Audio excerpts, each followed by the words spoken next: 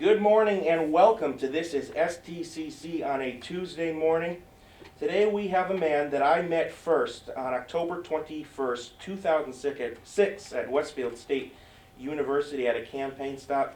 Today he is the two-term governor of the Commonwealth of Massachusetts, Governor Deval Patrick. Governor, thank you so much for joining us Joel, today. it's an honor to be with you. Thank you. And thank you for your help in 2006 and since. Oh, well, we're thrilled to have you here today at the campus. You took a brief stop this morning over at our tech park. What did you see over there, and what was the purpose of your visit? Well, we have a tremendous need in a growing sector of the economy here in Western Massachusetts and actually all around the Commonwealth, which is precision or advanced manufacturing. And over at the tech park, STIC has a program to train people to take advantage of those opportunities. They tell us in that sector that they will need over the next 10 years 100,000 positions, and with an average wage of something like $75,000 or $80,000, which is a larger annual average wage than the two biggest sectors in the Commonwealth, education and healthcare. So we need to meet that need, and in order to meet that need, we have to invest in the training to prepare people to take advantage of those opportunities, and that's what I was visiting today, and in fact, that's the centerpiece of the budget I proposed in the coming legislature. You and your administration, when you took over, Massachusetts was 47th in the nation in job creation. Since you've taken over, things have gone upwards, things have improved. Now we see last week that you're introducing a new plan that works to increase education opportunities and keep that economy growing. What does your plan entail, and how do you intend to implement it? Well, Joel, it's a growth budget, it's a growth plan, and it's about accelerating the growth we've had. It is true that just like everybody else, we've been slammed by the global economic collapse. We've come out of recession faster than most other states. We're growing nearly twice as fast as the national growth rate. But that's not happening by accident. That's happening because we are shrinking parts of government in order to invest in education, in innovation, and in infrastructure. And if we want to accelerate that growth and really assure that it continues for a generation, I believe we have to invest in fresh, new ways, strategic ways. So in the case of transportation, we have unmet needs, not just at the MBTA back in the Boston area, but in extending the train out to Springfield, and the connection from Springfield and from the Berkshires down to New York and north from here. All of the regional transit authorities need additional resources so that buses can run on the weekends and on a more convenient schedule. We have to put money into stabilizing our bridges and fixing the I-91 viaduct in downtown Springfield, for example. And so that's investing in so-called infrastructure in our transportation needs. We also need to invest in ourselves, the preparation of young people, middle-aged people, and old people, for that matter, for the kind of economy we are becoming, which is a knowledge-based economy where we have a real edge in Massachusetts if we prepare for it. You, more than any governor, have stated a commitment to community colleges, and your value of community colleges is much higher than anything that we've seen before. You introduced a community college plan, and it hasn't really gone anywhere to my knowledge. Where does that stand, and what is your plan going forward? Well, actually, I do believe very much that the community colleges are a tremendous opportunity for us to accelerate and to improve the workforce training and preparation. And it's not to say that community colleges should just be turned into glorified trade schools. That's not what I mean. Right. There is the dual mission, the other part of the mission, which is preparing people who might not be ready for a four-year college for that four-year college. And I totally get that and support it. But at the same time, we have community colleges that are spread out all over the Commonwealth. We have 240,000 people looking for work right now, and 125,000 openings. Imagine that. Yeah. And most of those openings are in places where people tell us, the employers tell us, they can't find the folks with the skills they need for the jobs they have. Many of them in middle skills jobs, where they need more than a high school diploma, but not necessarily a four-year degree. And so we have asked the legislature to give us some tools to help support that part of the mission of community colleges. The legislature gave us those tools last year. We're in the process of implementing now, and in the budget I've just proposed, there's some substantial new resources to go along with that as well for the community colleges. You broke some news last week or the week before with a proposed new tax plan, and it's come under fire from some critics. Some people aren't in favor of it, but you feel very strongly about your new tax plan that would make the sales tax go down from 6.25% down to 4.5%, and the income tax would go from 5.25% to 6.25%, depending on your income. Correct. Why do you feel that that's the right direction to go? Well, for one thing, we have to invent our own future. We have to, it's not going to happen just because we sit around and wait for it. It's not going to happen in the way we want it to if we sit around and wait for it. And so when I listen to people say, we need investments in early education because reading and numeracy proficiency by the third grade is an indicator of future economic success, or I hear folks say I need that bridge fixed or that road repaired, or I need a new route to get from here to there, or to be able to get a bus on RTA. Those things don't just happen because we want them to. They happen because we invest in them. And having taken some $22 billion of accumulated deficits out of the budget over the last several years through the recession, over 60% of that with cuts, having reduced headcount by some 6,000 positions in state government. Though the work of reform is never finished, it is apparent to me we're never going to get to where we want to be by reform alone. And so we put facts before the people of the Commonwealth and before the legislature, which simply says if we want to accelerate growth and leave a substantially stronger Commonwealth for the next generation, then we're going to have to invest today in the same way, by the way, Joel, that our grandparents did to give us the Commonwealth we have today. Critics say that you're putting more of a burden on the workers by increasing the income tax and putting less of a burden on those that aren't working, but lowering the sales tax. How do you respond to that? Well, first of all, if you're making more, if you're more fortunate, it seems to me we should have a system where you contribute according to your ability to do so.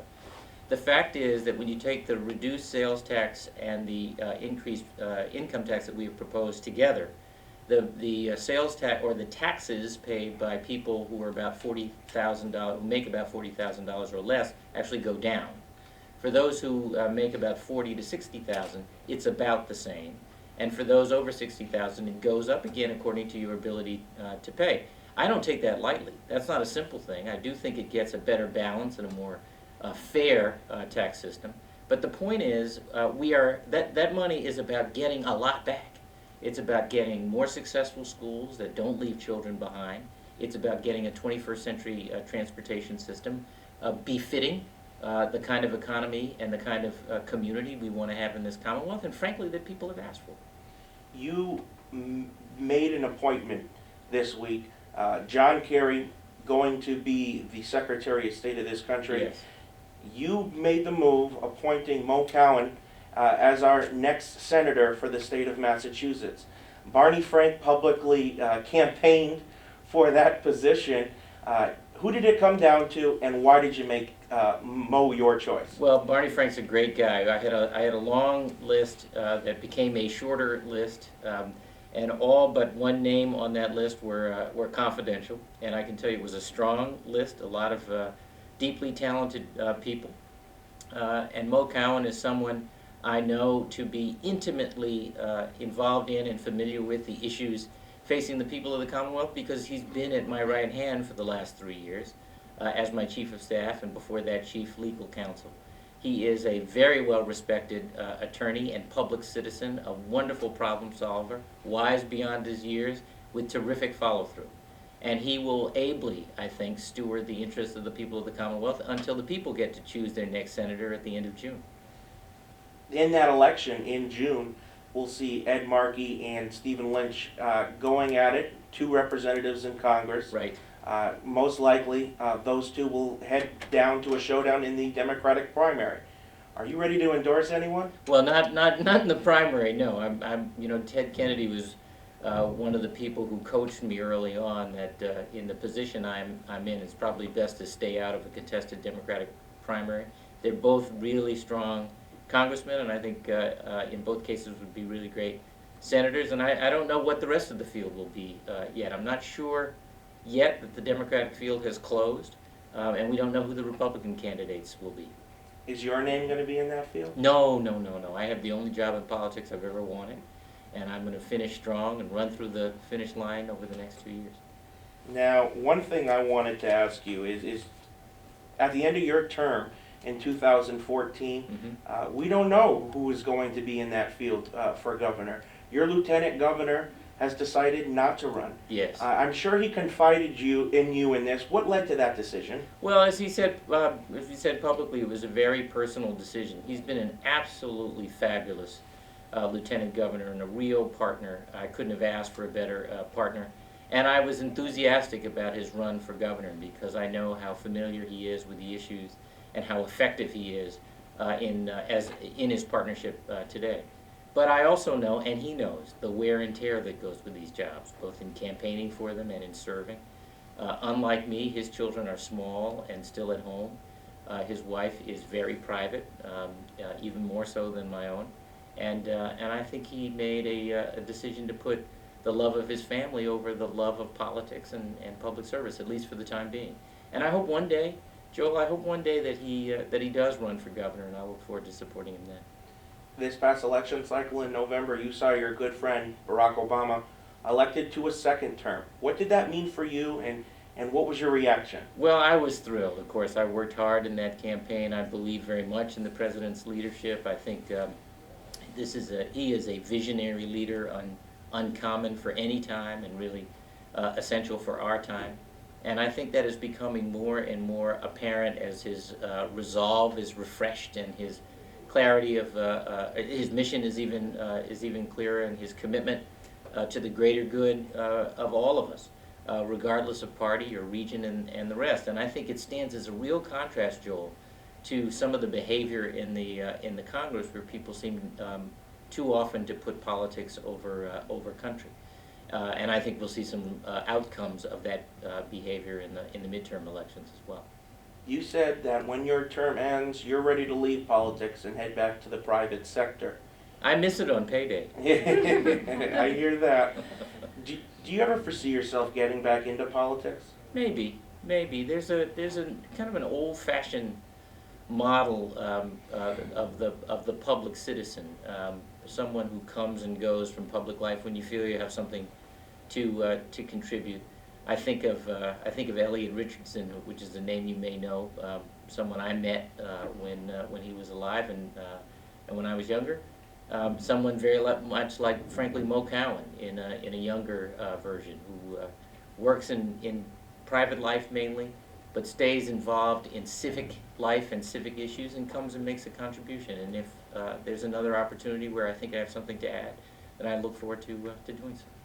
You're highly touted in everything that you've done in your career so far. That's nice of you to say. Thank you. Well, it's true, and people have mentioned you for possible cabinet positions.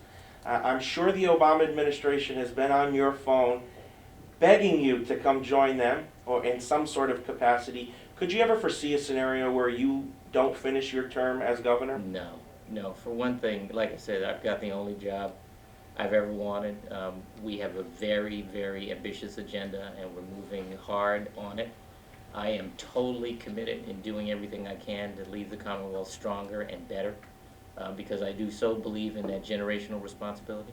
And I can be helpful to the President and to his agenda from this position as well. So, no, I'm going to finish.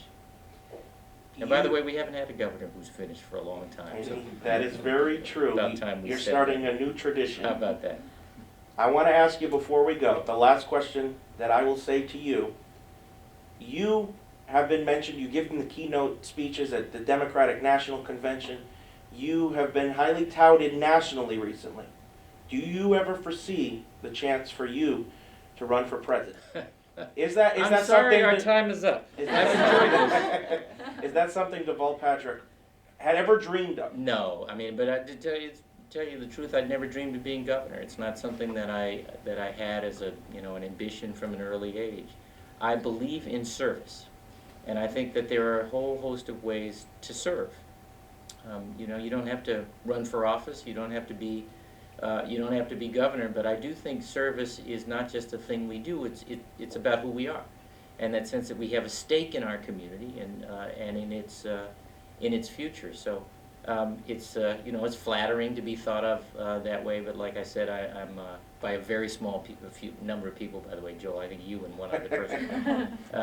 No, I look forward at the end of the next 2 years to get back into the private sector in some fashion, and run something, because I do like the executive role. So you're not closing the door. Well, you know, people say life is what happens while you're making plans, but I'm making other plans. Lastly, one more thing. You said last question. I know I did. Our Patriots aren't in the Super Bowl. Who do you have on Sunday, the Ravens or the 49ers? Well, look, it would, to tell you the truth, the Patriots not being in it, I don't care. Fair enough. The 71st Governor of the Commonwealth of Massachusetts, Deval Patrick, making the first appearance by a governor on This is STCC. Governor, thank you so much for joining us. It was an absolute pleasure. It's been my honor to be with you. Thank you.